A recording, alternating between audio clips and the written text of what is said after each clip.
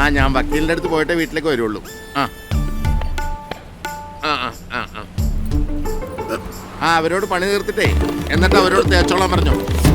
ആ ഇന്നലത്തെ പോലെ ഒരു ഞാനില്ലാന്ന് കരുതി നീ ഒന്ന് ശ്രദ്ധിച്ചേക്കണേ.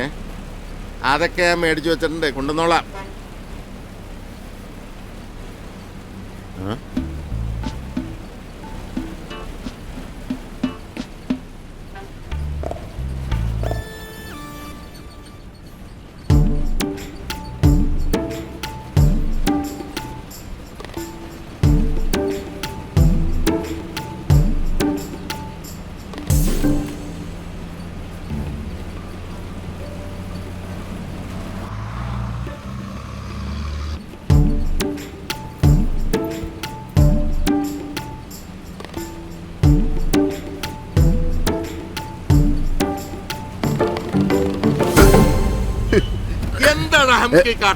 നിനക്കൊന്ന് അമ്മയും പങ്കന്മാരുമില്ലടാ ബെടക്കെ. എന്താ എന്റെ അടുത്തിരുന്ന് ഈ മാന്യൻ എഴുന്നേറ്റ് പോയി അവരുടെ അടുത്ത് ഇരുന്നപ്പോഴേ എനിക്ക് സംശയം തോന്നിയതാ. എന്നിട്ട് എന്താ ഉണ്ടായത്?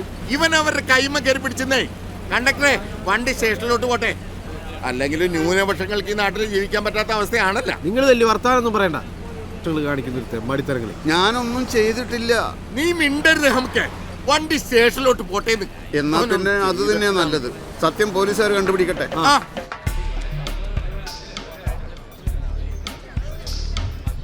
ദയവ് ചെയ്ത് ഞാൻ പറയുന്നു കേൾക്കൂ. ഞാൻ കാലത്ത് 8 മണിക്ക് മുട്ടറ ബസ് സ്റ്റോപ്പിൽ ബസ് കാത്തു നിൽക്കുകയായിരുന്നു. അപ്പോഴാണ് ഈ സ്ത്രീ അങ്ങോട്ട് വന്നത്. എനിക്ക് പോകേണ്ട ബസ് വന്നപ്പോൾ ഞാനതിൽ കയറിയില്ല. കുറച്ച് കഴിഞ്ഞപ്പോൾ വന്ന ബസ്സിൽ ഇവർ കയറി, ഞാൻ പുറകെ കയറി. അപ്പോൾ താൻ വെൽ പ്ലാൻഡ് ആയിരുന്നു അല്ലേ? പറയാം. ഞാനും ഈ പുള്ളിയും ഒരു സീറ്റിലിരിക്കുകയായിരുന്നു. പുള്ളിയുടെ കണ്ണൊന്ന് തെറ്റിയപ്പോൾ ഞാൻ പെട്ടെന്ന് ഇവരുടെ അടുത്തേക്ക് മാറിയിരുന്നു. കണ്ട ഇപ്പൊ എങ്ങനെയുണ്ട്? എന്നിട്ട് താൻ ഇവരുടെ കൈ കയറി പിടിച്ചു അല്ലേ? പിടിച്ചു. പൊതുവെ സ്ത്രീയുടെ കൈ മാർദ്ദവമുള്ളതായിരിക്കും, പുരുഷൻ്റേത് ബലിഷ്ടവും. പിടിച്ചപ്പോൾ മനസ്സിലായി ഇത് സ്ത്രീയല്ല പുരുഷനാണെന്ന്. ബസ് സ്റ്റോപ്പിൽ വെച്ച് പർദ്ദക്കുള്ളിലൂടെ ഈ കണ്ണുകൾ ഞാൻ തിരിച്ചറിയുകയായിരുന്നു. അതൊന്ന് ഉറപ്പുവരുത്താനാ പിന്തുടർന്നതും കൈ പിടിച്ചതുമൊക്കെ.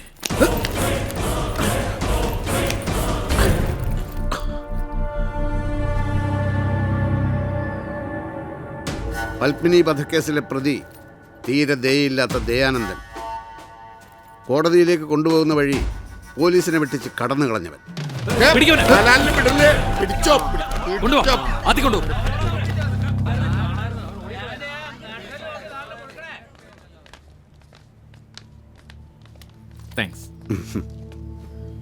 അവൻ എന്റെ റൂമിലേക്ക് കൊണ്ടുവരെ.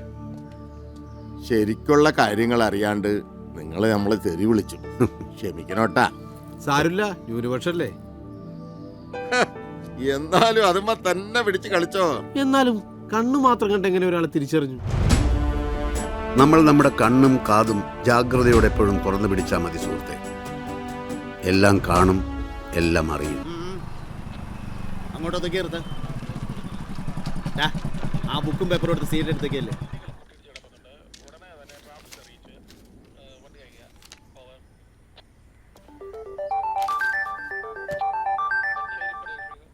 ഹലോ സത്യനാഥ, ഇത് മാധവൻ. ഫൈൻ അടിച്ചു കൊടുക്കും. ശരി സാർ.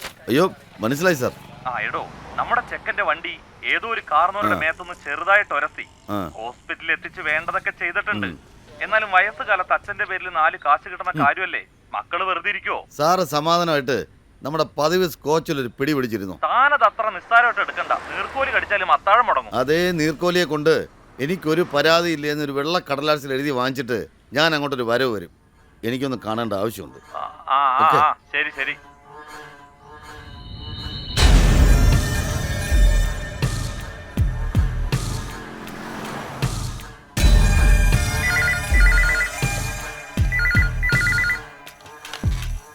ഹലോ,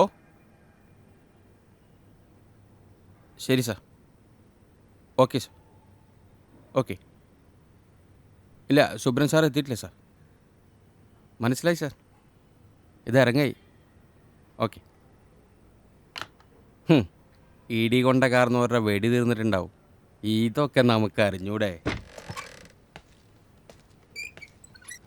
ഗോപിയേ, ജാലി വന്നിട്ടുണ്ട്.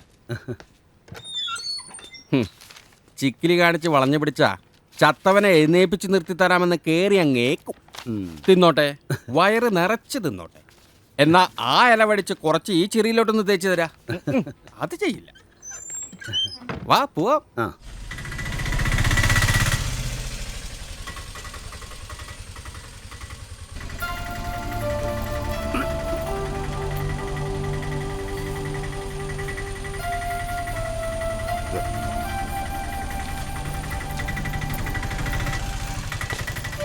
ജോസ് വന്നോ? സാർ ഗോപിതം കലമേളയ്ക്ക് പേര് കൊടുക്കുന്നൊന്നുമില്ലേ? ഞാനില്ല സാർ. ആ? എന്തിനാ സാർ ഇത്ര പെട്ടെന്ന് ഡിസ്ചാർജ് ആയി വന്നത്? കയ്യിൽ നല്ല വേനുണ്ടായിരിക്കുമല്ലേ? സാർ ഇന്ന് റെസ്റ്റ് ചെയ്യൂ. പുറത്തേക്ക് പോവാണോ? ഞങ്ങളിതാ ഇപ്പം എത്തും സാർ. എങ്ങോട്ട് പോവുക? ആ അതൊരു കാർന്നോരൊരു വണ്ടി അടിച്ചു. ഹോസ്പിറ്റൽ വരെ ഒന്ന് പോണം സാർ. സത്യം സാറ് വിളിച്ച് പറഞ്ഞതായിരിക്കും അല്ലേ? അതെ സാർ. അങ്ങനെയാണെങ്കിൽ വെറും കൈയോടെ മടങ്ങേണ്ടി വരില്ല. ഞാനും വരാം. അല്ല സാർ, ഞങ്ങൾ പോയിട്ട് വണ്ടി എടുക്ക് ജോസേ. ഞാൻ വേഷം മാറിയിട്ട് വരാം. ഗോപിയെ ജാലി കൂടി.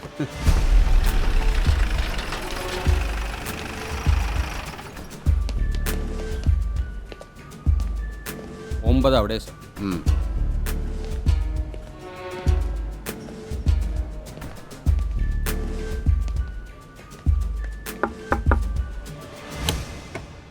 കേശവൻ ഇവിടെ ഉണ്ട് സാർ. കിടന്നോളൂ കിടന്നോളൂ കിടന്നോളൂ. എങ്ങനെയാ റോഡൊക്കെ ക്രോസ് ചെയ്യുമ്പോൾ ശ്രദ്ധിക്കണ്ടേ? എന്തോ ഇപ്പോഴത്തെ ഒരു ട്രാഫിക്. വയസ്സെത്രേ? 65. ആഹാ, ഈ പ്രായത്തിലുള്ള ഇങ്ങനെ ഒറ്റയ്ക്ക് വിട്ട നിങ്ങളെ വേണം കുറ്റം പറയാൻ. കണ്ണും കണ്ടൂടാ, ഒരു ശ്രദ്ധയില്ല. ഇപ്പൊ ഇടിച്ച വണ്ടി ഏതാണെന്നോ നമ്പർ എന്താണെന്നോ ഒന്നും അറിഞ്ഞുകൂടാ. ആഹാ, നാടകം എഴുതാൻ വന്നതല്ലേ? എൻ്റെ കണ്ണിന് ഒരു കുഴപ്പമില്ല. ആ മാധവനെ എനിക്കറിയാം. എന്നെ ഇടിച്ച മാധവന്റെ വണ്ടിയും അറിയാം. വണ്ടി ഓടിച്ചിരുന്ന അയാളുടെ ചെക്കനെ ഞാൻ ശരിക്കും കണ്ടതാ.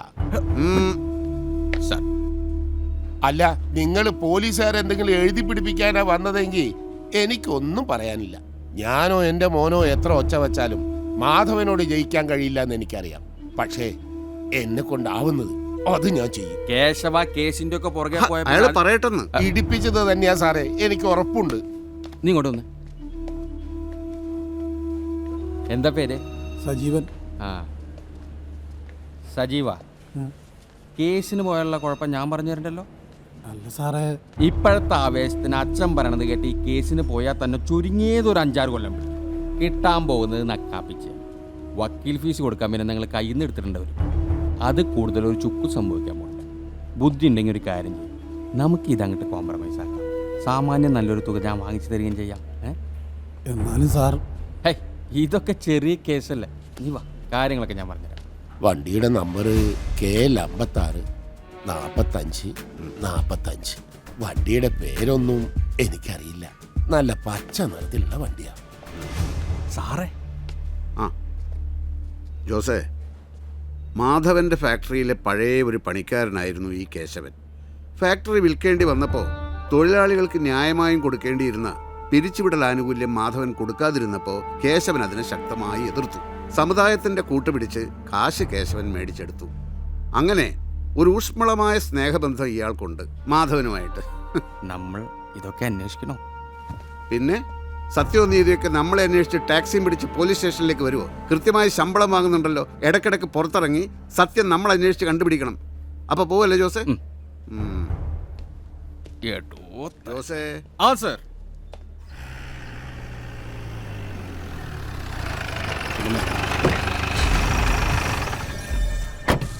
പിടി. വരണണ്ടേ. വെറുതെ എന്നെ കൂടി കൊലക്കി കൊടുത്തില്ലേ?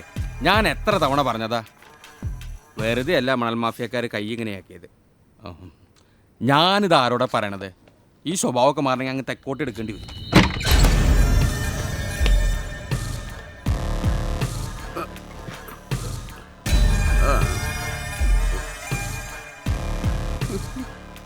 ആ രാജു വധക്കേസിന്റെ ഫയൽ എടുക്ക്. ഏത് വധം? ഫയൽ എടുക്കണോ?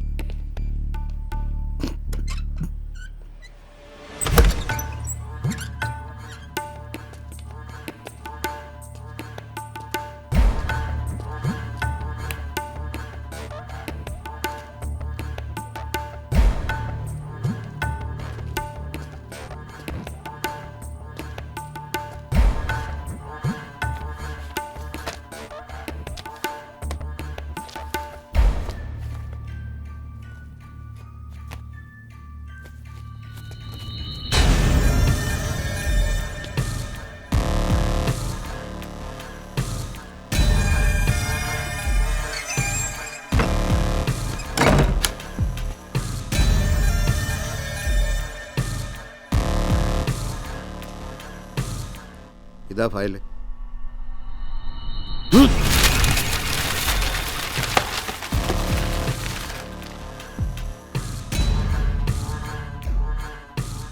IG വേദനായകത്തെ കണ്ടിട്ടായി കളി അല്ലേ?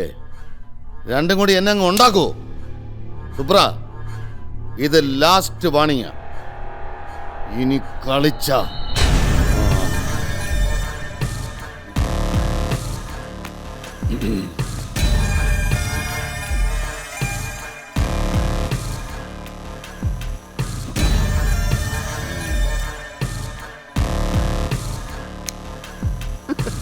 ഞാനിടയ്ക്ക് ആലോചിക്കാറുണ്ട് സാറിൻ്റെ കഷ്ടപ്പാടിനെ പറ്റി. കാശ് തന്ന് സാറിനെ ചീത്തയാക്കുന്നവൻ്റെയൊക്കെ വീട്ടിൽ മീൻ വാങ്ങിച്ചു കൊടുത്തും സ്കോച്ചിൽ ഐസിട്ട് കൊടുത്തും കുട്ടികളെ കളിപ്പിച്ചും കുളിപ്പിച്ചും സാറിനാരാ സത്യനാഥൻ പേരിട്ടത്?